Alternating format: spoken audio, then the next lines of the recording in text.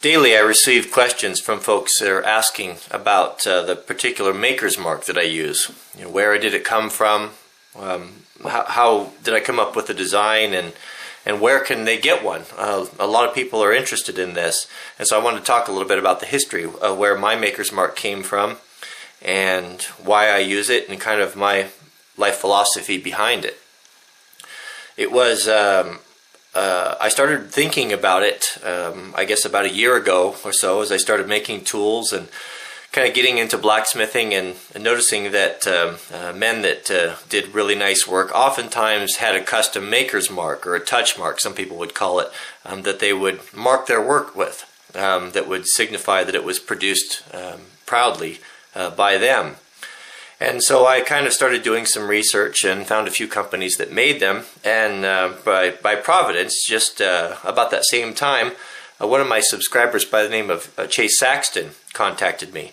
He's a young guy, I believe he's in his early 20s, who does blacksmithing, interested in log home building and the same type of things that we are. Inquired about making one for me. I don't remember if I'd mentioned it in a video. I might have. I just don't recall all the details. And so I emailed back and forth with him, and I had an idea. What I originally wanted was I wanted a star with a W inside of it. And he emailed back and forth, and kind of him and his dad put their heads together, and for the size that I wanted it, very small to fit on tools, they were having trouble fitting the W inside the star. And so Chase told me that his dad had come up with a design that and kind of incorporated the whole thing, and that they were going to make it that way. And that is the original design that you see that I use in my avatar. And this is the original touch mark, or maker's mark here. It's the star with the two lines forming a W out of the top. And when I received this from them, they handmade this. This was hand forged. I was very excited and very pleased, and have adopted this as my, I guess my brand, or my maker's mark. And this is really special to me. So thank you, Chase, and tell your dad thanks too for his creativity, and I'm really grateful and thankful for that. So you've seen that I've used this in tools, and anything that I have really poured my heart and soul into, things that are worthy of receiving my maker's mark, they get it. And this has been kind of my, well, we'll go into that later. So just recently I was sent also these two maker's marks here from one of my subscribers by the name of Justin. And these, I don't know, he must have pulled the image off the web and produced these for me, but these are really, really nice as well. I believe these are machine made, and I've used these on the last couple of videos. These work really good on flat surfaces. They're just, it's a little bit bigger than the original, but a copy of it, or a take on that. And these are nice. They have an aluminum piece of aluminum stock on there with a copper head, and it's really nicely machined and flat. So on flat surfaces, it works really good.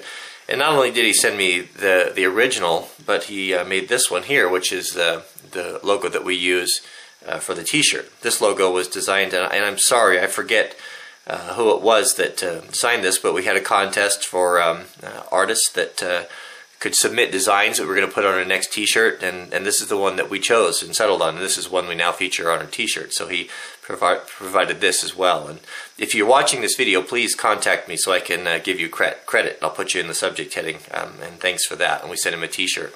That was his the prize for having the winning design. And these are really nice as well. So, you know, what's the purpose of a maker's mark? What's my philosophy on that? You know, I have talked for a long time about the importance of always doing your best, doing the best you can, and I don't like that saying that often people will say, well, you know, good enough for government work, or don't work too hard, or I can't see it from my house. You know, just that shoddy work that demeans the manliness of the person saying it, and isn't it destructive to his character, and is just a horrible attitude to have, whether you're working as a carpenter or you're writing code for computers, all that you should do should be done to the glory of God. You should do the very best that you can. And the way I always kind of look at this is, if you don't have a maker's mark, or even if you don't have to be a blacksmith or a master carpenter. I really think that I admonish you to put some time in and to come up with something that kind of signifies your life, and use this as a reminder as you work on projects. And the only criteria that I would really say that you need to do is when you're producing something. Let's say you're just doing something simple, like maybe replacing a hammer handle, or making a hammer handle or an axe handle from scratch.